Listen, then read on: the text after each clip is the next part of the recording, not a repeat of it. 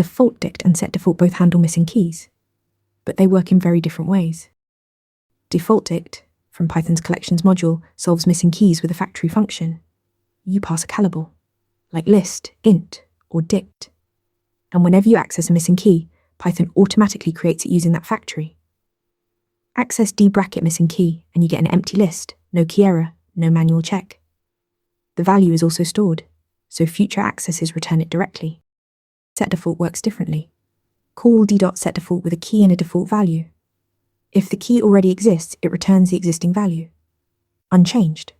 If the key is missing, it inserts the default and returns it. The critical difference: you must pass that default value at every single call site. Forget it, or change it inconsistently and you introduce subtle bugs. The core trade-off: defaultdict defines its behavior once at construction, keeping every call site clean. Setdefault defines the default per call, giving flexibility but adding boilerplate. Since setdefault is a plain dict method, no import is needed. Useful for isolated one-off defaults. For grouping or counting, defaultdict with list or int is clearly the cleaner choice. Defaultdict sets the factory once. Setdefault sets the default everywhere.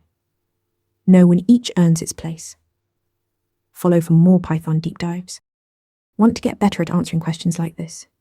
With Interview Mentor, you practice real interview questions out loud. You get personalized feedback and a grade on every answer, and you can track your improvement over time.